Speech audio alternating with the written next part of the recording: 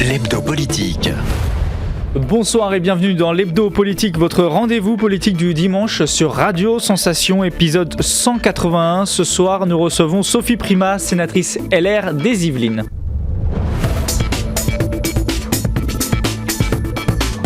L'hebdo politique.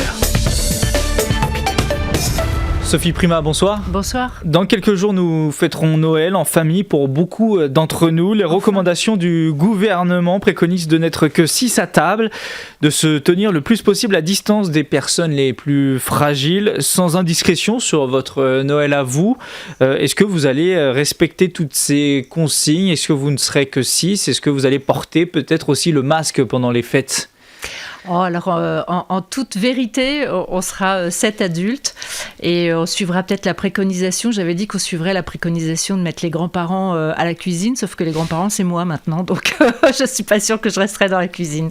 Et je porterai le masque dans les périodes où on sera un peu près et pas à table. Parce que vous invitez les gens à le faire ou vous reconnaissez quand même que c'est un peu particulier c'est difficile, c'est très difficile. Bon, on n'a plus malheureusement chez nous et dans ma famille des personnes très âgée, la plus ancienne, ça sera moi. Comment vous jugez ce retour en arrière annoncé par le Premier ministre il y a quelques jours, avec cette possibilité tout de même de faire Noël, de pouvoir se déplacer sans restriction? Ça ne sera pas le cas en revanche pour le réveillon du jour de l'an, et puis les fermetures annoncées de tous les lieux, notamment culturels, et cette colère qui gronde. Quelle est votre position à vous? Est-ce que c'est le prisme sanitaire qui doit être primé sur toute autre chose, ou alors on aurait pu faire différemment comme pour les commerces de proximité d'après vous? Ce que je pense, c'est ce qui est accepté dans cette période qui est difficile à la fois d'un point de vue sanitaire, mais aussi d'un point de vue, du moral des Français, ce sont les choses justes. Donc quand on explique aux Français que l'épidémie n'a pas reculé de façon suffisante et que par conséquent les grands rassemblements du jour de l'an, qui sont plutôt ceux du jour de l'an, ne sont pas conseillés, sont même interdits, je pense que les Français le comprennent. Ce qu'ils ne comprennent pas, c'est des mesures qui leur semblent injustes. Ils ne comprennent pas, par exemple, que quand on fait du ski, quand on est en plein air, quand on prend des précautions sanitaires éventuellement pour être que sur un remonte, un télésiège, etc., on ne puisse pas faire ça. Ça, ils ne le comprennent pas, alors qu'on prend le métro, qu'on est assez serré. Voilà, c'est pareil pour les musées, d'après vous, pour des salles de cinéma. Peut-être que les musées, vous voyez, là aussi, il manque un petit peu de bon sens. Ils sont rarement bondés quand même en plein cœur de l'hiver. Voilà, peut-être que les musées, on pouvait les rouvrir avec des conditions sanitaires renforcées, ouverture, aération des salles, moins de monde en même temps, comme dans les magasins en réalité. Bon, après, les salles de spectacle, ce sont quand même des salles de spectacle qui réunissent beaucoup de monde pour certaines, où les critères d'aération ne sont pas toujours très très faciles à identifier. Regarder un spectacle avec un masque, c'est pas non plus génial. Danser, aller voir un spectacle de musique, c'est pas toujours possible non plus. Donc en fait, ce qui manque dans tout ça, c'est le bon sens en réalité. C'est pour ça que parfois les Français ont du mal à accepter certaines contraintes. Mais moi, je trouve que d'une façon générale, les Français acceptent quand même beaucoup de choses. Vous êtes Sophie Primas, présidente de la commission des affaires économiques du Sénat, personnage politique quand même reconnu, en tout cas localement, même d'un point de vue national. Est-ce que vous faites partie de ces hommes et femmes politiques qui critiquent très ouvertement la gestion de la crise par le gouvernement depuis 9 mois? Désormais, il y a un rapport du Sénat en la matière, 400 pages, très long. On n'invite pas forcément tout le monde à le lire en ces temps de fête, mais pourquoi pas au moins de le parcourir. Très critique, est-ce que vous faites partie de ces hommes et femmes justement, ou alors vous reconnaissez qu'en temps de crise si exceptionnelle, il est très difficile de gérer un pays comme la France et comme d'autres d'ailleurs, et qu'il faut être humble en la matière? Je pense que la première vague de l'épidémie était quelque chose de très difficile à gérer, parce que très difficile à prévoir, et que personne ne connaissait exactement les mécanismes de contamination. On était un petit peu démunis devant les mesures à prendre, et puis devant la vague, surtout dans les hôpitaux, dans les urgences, et puis cette espèce d'appréhension de chacun. Ce qui est plus critiquable, à mon avis, c'est le manque d'anticipation de la seconde vague, parce que le corps médical nous disait attention, à partir du mois de juillet, il va y avoir une seconde vague. Et alors, à ce moment, je pense qu'on aurait pu prendre des mesures sanitaires qui auraient évité le reconfinement de deuxième partie. On aurait pu, selon vous, en plein cœur de l'été, alors que les gens voulaient probablement se relâcher, et beaucoup de politiques aussi à droite disaient il faut rouvrir, il faut pousser à la réouverture. C'est pas ce que je dis. Je dis qu'il fallait anticiper la deuxième vague de l'automne, c'est-à-dire prévoir que s'il fallait reconfiner ou trouver une façon de reconfiner, il fallait s'y préparer. C'est-à-dire qu'il fallait travailler avec les commerçants, il fallait travailler avec la culture, il fallait travailler avec tous les éléments économiques. Envoyer des messages, en gros, des signaux. Se dire de se préparer, c'est-à-dire de dire aux commerçants attention, il est possible qu'on reconfine, donc mettez-vous dans des conditions pour accueillir moins de monde, sur des périodes d'ouverture plus importantes, avec du gel, avec des précautions. Il fallait dire aux stations de ski préparez-vous à ce genre il fallait préparer en fait le pays, préparer les hôpitaux, préparer des lits supplémentaires en réanimation, ce qui n'a pas été fait. Donc c'est plutôt sur la gestion de cette deuxième vague que moi je porte mes critiques. On aurait aussi accusé là le gouvernement d'être trop anxiogène. Il y a toujours manière de critiquer les décisions, les choses qui sont faites, c'est aussi le jeu politique. Oui, mais vous savez, quand on est dans l'armée, par exemple, on fait des exercices pour se préparer à des situations en espérant qu'elles n'arrivent pas. Et ça n'est pas pour autant anxiogène. Et par contre, quand elles arrivent, on est prêt. Et c'était un peu ça qu'il fallait faire. Moi, j'étais sidérée, par exemple, quand on a fermé les magasins et qu'on a dit on ferme les magasins non essentiels, donc on ferme les librairies. C'était hallucinant, cette situation-là, où qu'on fermait des rayons dans les magasins. Enfin, voilà, ça c'était l'expression d'une totale impréparation et d'un total non-dialogue avec les forces vives du pays. Donc c'est plutôt sur cette période-là que moi je suis sévère, et je laisse à mes collègues du Sénat qui ont beaucoup auditionné sur la première partie, sur l'histoire des masques, je les laisse faire leurs commentaires sur ou leurs critiques sur la gestion de la crise dans la première partie. Et notamment des masques. Oui, notamment des masques. Et ce qu'on a vu, c'est qu'on a vu le défaut français qui est ce jacobinisme et cette espèce de centralisation où il faut tout gérer depuis Paris. On a bien vu que les solutions, elles n'étaient pas à Paris, les solutions, elles étaient sur les territoires. En tout cas, le gouvernement met en place des solutions pour éviter un troisième confinement. Est-ce qu'en cas de troisième confinement, selon vous, les Français seraient prêts et vont respecter les mesures? Est-ce que vous pensez que le pays est prêt à encore rester confiné? On sait aussi que le virus circule beaucoup pendant l'hiver. On va rentrer en plein cœur de l'hiver. Janvier, février, ce sont les mois les plus froids de l'année. On n'invente rien jusque-là. Est-ce que vous pensez que les Français seront prêts socialement à accepter de nouvelles mesures? On avait vu des mouvements en Italie, en Espagne, à un moment, au début du deuxième confinement, ras-le-bol, avec des violences, des bâtiments qui avaient été incendiés et autres. Est-ce que vous pensez qu'on peut en arriver à ce point-là en France ? Avec la tension sociale aussi qui parcourt le pays depuis très longtemps désormais. Moi, je ne crois pas, dans la mesure où on prend des décisions qui semblent logiques et qui semblent justes. Encore une fois, les Français sont tout à fait en phase de comprendre qu'on ne peut pas faire des grands rassemblements, qu'on ne peut pas faire des choses où il y a un brassage très très important. Maintenant, si on demande des efforts dans la gestion sanitaire, moi je crois par exemple que 100% de télétravail, les gens n'en peuvent plus. Enfin, les gens n'en peuvent plus d'être chez eux, les gens n'en peuvent plus d'être derrière leurs écrans quand ils sont à l'université.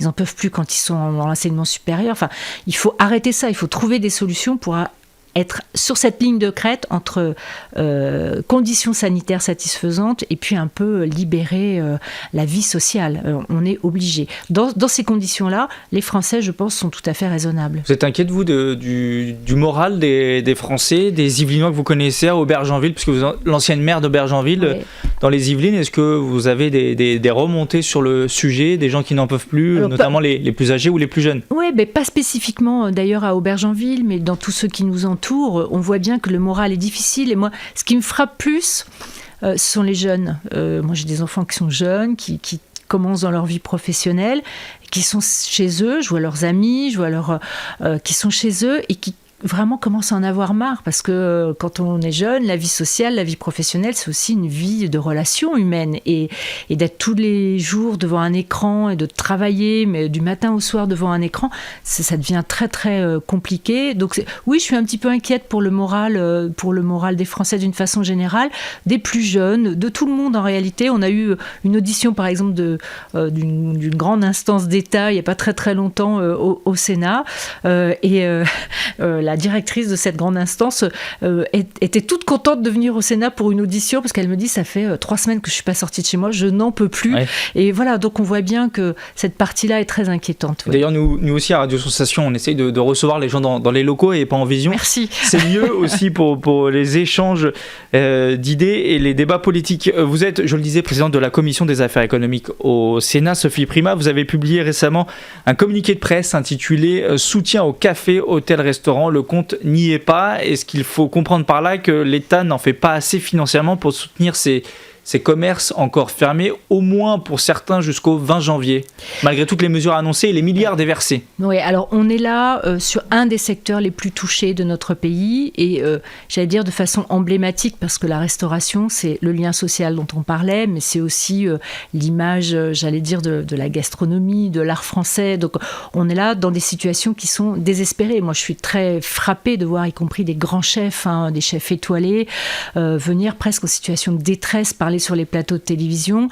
Ce sont des gens qui ne font plus de chiffre d'affaires, et en fait la promesse d'Emmanuel Macron, c'était 0 recette, 0 charge, et de ce point de vue-là, on n'y est pas, parce qu'il y a beaucoup de charges aujourd'hui qui sont payées par les restaurateurs, les loyers, les charges sociales ont été décalées. Malgré les aides mises en place aussi sur les loyers. Bien sûr, et il y a encore beaucoup de charges qui sont payées. Il y a une forme d'incompréhension. Vous voyez, quand Madame Borne dit aux restaurateurs de la montagne, prenez vos saisonniers, embauchez vos saisonniers, et que à peine embauchés, ils sont mis au chômage partiel. C'est pas la seule charge qu'il y a, parce que derrière, il faut les loger. Ces gens qui viennent faire, ces saisonniers qui viennent faire donc les charges de loyer pour loger ces personnes-là, eh bien, ce sont des charges qui restent. Et puis surtout, il n'y a pas de visibilité. C'est-à-dire que pour le moment, le chômage partiel qui est donné pour les restaurateurs, qui en soutien aux restaurateurs, pour leur personnel, eh bien, s'arrête le 31 décembre. Donc, qu'est-ce qui se passe après le 31 décembre ? On ne sait pas si ces dispositifs vont perdurer. C'est un secteur d'activité qui est en profonde détresse, qui reçoit beaucoup d'aides, et ça, pour le coup, le gouvernement a quand même beaucoup donné. Je crois qu'il va devoir faire plus. Il va devoir faire plus. Il fut un temps où la droite disait que l'État était en faillite. On se rappelle des propos de François Fillon. Mais l'État est en faillite. L'État est en faillite. Il peut plus s'endetter, en tout cas plus aider les gens financièrement, et ces restaurateurs, d'après vous, il est possible de faire plus? Je crois, si vous voulez, qu'il ne faut pas confondre deux choses. Il y a la situation du pays avant la crise, où on continue à dire que les réformes structurelles d'économie, de train de vie du pays n'ont pas été faites. Et d'ailleurs, si elles avaient été faites, on aurait été en meilleure situation pour résister à la crise. Et puis, il y a comment on confronte cette crise. Je pense que la position du gouvernement de dire on va aider les secteurs économiques est essentiel, parce que sinon le pays s'effondre. Donc vous voyez, c'est deux choses un petit peu différentes. Mais je crois que sur le secteur de la restauration, les faillites qui s'annoncent sont importantes, elles sont nombreuses. Les 2 tiers d'après l'UMI, donc le principal syndicat qui représente les restaurants, les cafés, mais aussi les hôtels, oui. Ils disent que jusqu'à 2 tiers des restaurants en France pourraient fermer. C'est possible, et c'est la raison pour laquelle il faut vraiment les aider et vraiment tenir la promesse du président de la République qui est 0 recette, 0 charge. Le fameux plan de relance de 100 milliards d'euros, aujourd'hui, il est quoi? Il est caduc, on peut dire. Il faut en voter un nouveau, revanter un plan de soutien. C'était à la rentrée, quand on n'était pas encore reconfiné, sous couvre-feu. Alors, ce qui est certain, c'est que vous voyez, au Sénat, on a fini de voter le projet de loi de finances il y a quelques jours, quelques semaines. On savait en le votant qu'il était déjà caduc. Donc, il y aura probablement un rectificatif dès le premier trimestre, qui s'est probablement jamais vu, en réalité.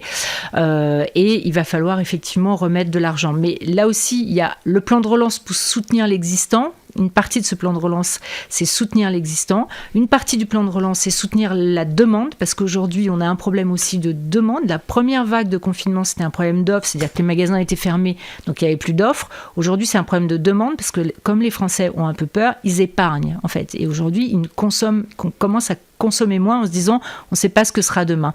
Et puis après, il y a l'investissement. C'est ça le plus important pour la France, c'est le plan d'investissement dans la relocalisation, la réindustrialisation, la transformation de notre économie. C'est ça qui est important, et ça ne fait pas tout à fait 100 milliards. Pour parler des restaurants, la réouverture normalement prévue, c'est le 20 janvier. Est-ce que vous pensez qu'il est possible et envisageable, comme pour les lieux culturels, de repousser cette réouverture si les chiffres ne sont pas bons? Ou alors vous dites, après tous vos propos, que ce n'est pas possible, sinon on va tuer les restaurateurs? Il faudra rouvrir malgré les chiffres qui pourraient être mauvais. Non, moi je pense que un report est possible, je le dis assez clairement, et d'ailleurs l'UMI, le GNI qu'on a reçu au Sénat, nous disent nous on préfère rouvrir dans des conditions sanitaires satisfaisantes.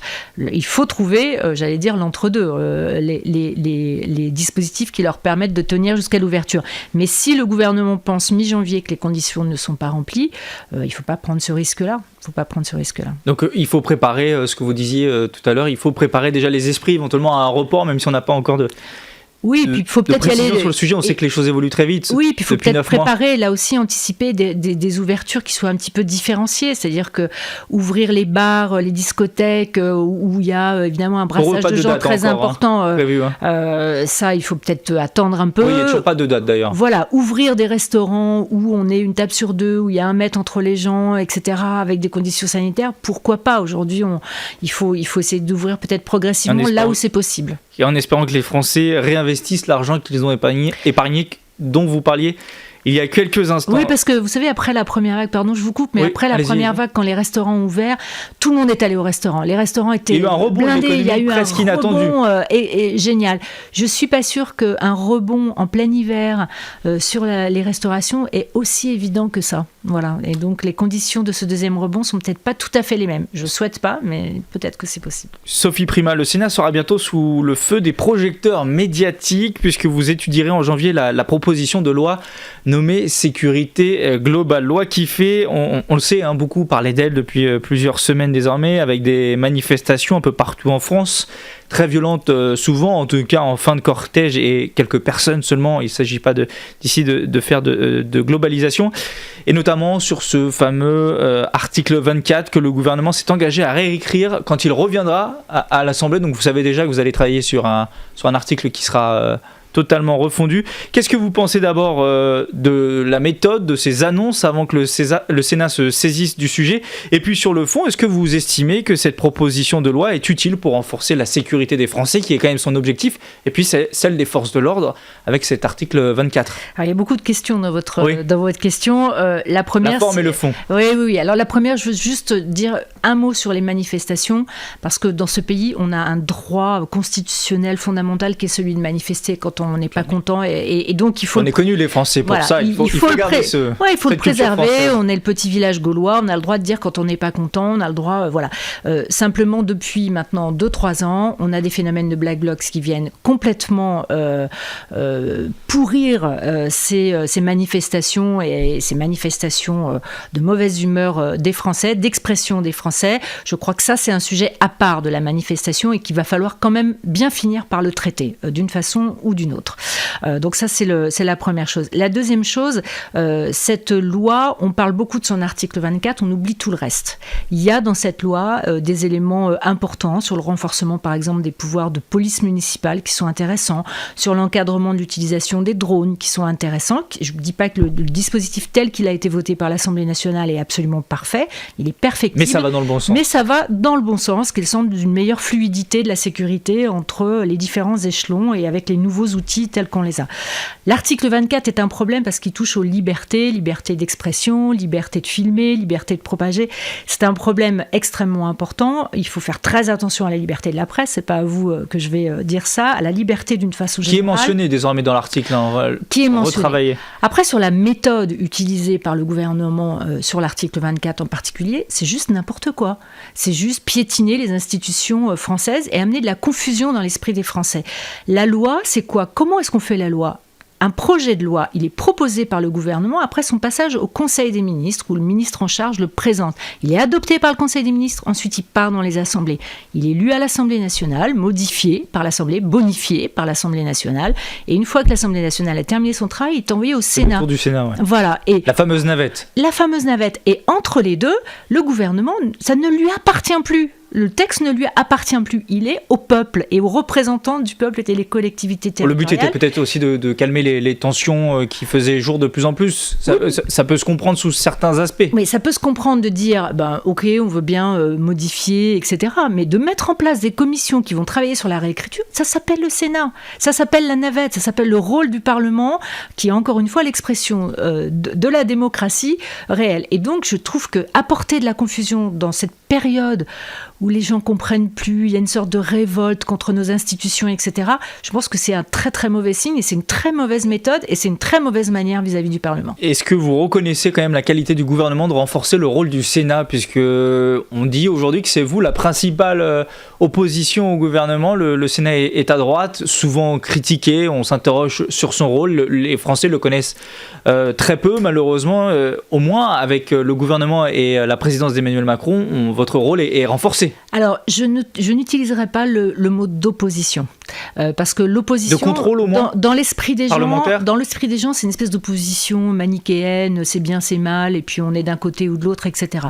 Le rôle du Sénat, toujours, est celui d'un contre-pouvoir, puisqu'en fait, on est indépendant, et c'est ça qu'il faut que les Français comprennent, nous sommes indépendants du gouvernement, puisque nous ne sommes pas élus par les mêmes personnes, et nous ne sommes pas élus dans les mêmes temporalités, et nous sommes élus de façon différente, c'est-à-dire que nous sommes renouvelés par moitié tous les 3 ans.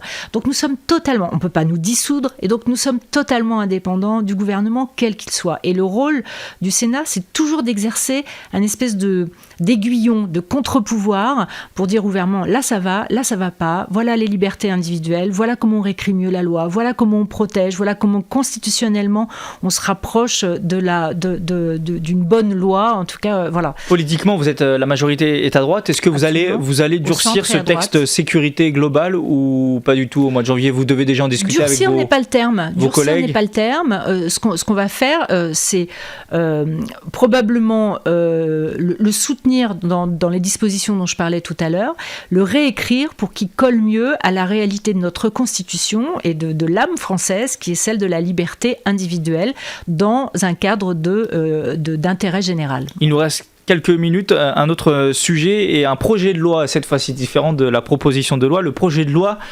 porté par le gouvernement confortant le respect des principes de la République, présenté il y a quelques jours et qui fait suite au discours aux Mureaux dans les Yvelines d'Emmanuel Macron, 51 articles, alors c'est très très fourni, on comprend l'intention, le but c'est de lutter contre l'islamisme radical, c'est précisément nommé. Est-ce que cette loi va réussir son objectif d'après vous? Très, très rapidement, vous l'étudierez là dans un peu plus de temps que la sécurité globale, mais... Oui, il est annoncé dans quelques mois chez nous, donc on va le laisser perdurer. Mais sur le format déjà je pense qu'il faut à un moment nommer les choses et il faut réaffirmer effectivement, et ça porte d'ailleurs ce nom, les valeurs de la République et mettre la loi au-dessus de la foi. C'est un petit peu ce qui sous-tend en fait ce texte de loi. Après, le diable est dans les détails. Il faut aussi nommer les choses, les combattre, aider les collectivités territoriales à lutter aussi contre une espèce de...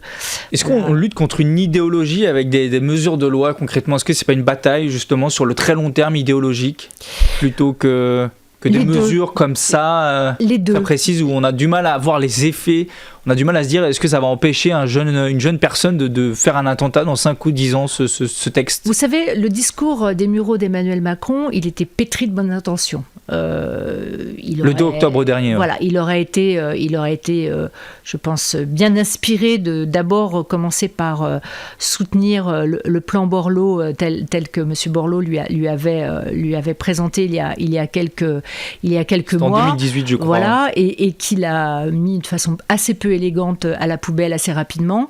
Et dans le plan Borloo, il y avait des choses extrêmement importantes sur l'éducation, sur la formation, sur l'accompagnement des jeunes. Et oui, ça c'est fondamental aujourd'hui pour lutter contre ces dérives, j'allais dire, religieuses et de façon extrême. Ça, c'est fondamental dans notre pays. Et ça passe par là aussi. Mais il y a quand même quelques dispositions qu'il faut réaffirmer dans notre loi.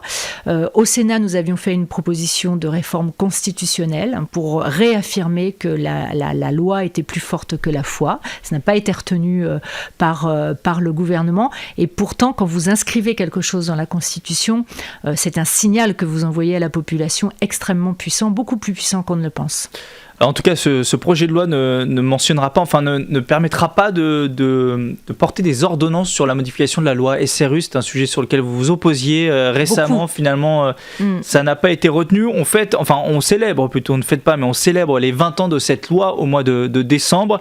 On sait qu'il y a encore des communes qui n'auront pas 25% de logements sociaux en 2025. Est-ce qu'il faut durcir le ton avec ces villes-là, ces maires-là pas très loin, on a Versailles par exemple. Aussi voisin, le Bretonneux, peut-être qu'il ne va pas respecter ces chiffres-là. Ouais. Ça, c'est un sujet extrêmement délicat. Et je trouve que Madame Wargon s'y est pris extrêmement mal. Au lieu de durcir le ton, elle ferait mieux de regarder ce que les maires font depuis des années et les efforts considérables qu'ils font pour essayer d'arriver aux 25%. C'est pas de leur responsabilité. Elle ferait mieux de les aider. Vous parlez de Versailles tout à l'heure. Mais à Versailles, l'État construit. Et l'État ne s'applique pas lui-même les règles qui les dictent. Quand Versailles demande du foncier, demande de l'aide, demande de la simplification de procédures, l'État ne lui accorde pas. La mairie du Chesnay, il y a au milieu du Chesnay un terrain qui est mal utilisé, qui sert au stationnement de la police nationale. On a demandé au ministre de l'Intérieur de céder ce terrain à la municipalité pour y faire du logement social. Eh bien non, la réponse est non, on verra dans 5 ans. Donc au lieu d'accuser les maires, je crois qu'il faudrait accompagner les maires qui sont de bonne volonté, et ils sont très nombreux, dans leurs difficultés avec l'État, avec l'administration. Même ceux qui ne respectent pas encore les 25%. Mais ils essayent. Il y en a quelques-uns, évidemment, mais ne faisons pas des lois pour les quelques-uns. Aidons les grands nombres qui essayent. Il nous reste 30 secondes. Je voudrais juste évoquer un dernier sujet très, très important, peut-être pour les agriculteurs. Sophie Primas qui nous écoute aujourd'hui. Vous lancez une plateforme en ligne pour libérer la parole des agriculteurs en détresse. Quel est le but, en fait, ensuite? Est-ce qu'il y aura des propositions de loi Alors, vous savez qu'il y a un rapport qui a été fait à l'Assemblée nationale sur le suicide, qui est un rapport avec des dispositifs. Au Sénat, on veut compléter ce rapport avec une approche beaucoup plus de terrain et beaucoup plus humaine. Donc vous invitez éventuellement les agriculteurs en difficulté. On fait du tête-à-tête, mais il y a aussi des gens qui ne veulent pas parler, mais qui veulent bien témoigner. Donc c'est pour ça qu'on a ouvert cette plateforme, mais on fait aussi des déplacements sur le territoire. On a sollicité tous les présidents de chambre, tous les préfets pour qu'ils nous remontent les dispositifs qui existent, toutes les associations de soutien, et on va essayer de trouver... Cette plateforme, on peut la trouver sur le site internet directement du Sénat. Elle est sur le site du Sénat, et on peut y faire des témoignages, qu'on soit collègue, qu'on soit parent, qu'on soit accompagnant. On invite chacun à aller faire un tour sur le site du Sénat, et puis s'informer aussi sur vos actualités. Merci beaucoup Sophie Primas d'avoir répondu à nos questions. Vous êtes sénatrice Les Républicains des Yvelines, présidente au Sénat de la Commission des Affaires économiques. L'hebdo politique, c'est fini pour ce dimanche. Vous pouvez retrouver cette émission en podcast audio et vidéo sur notre site internet, applications et réseaux sociaux. Très bonne fête de fin d'année à tous, à l'écoute de Radio Sensation, bien sûr.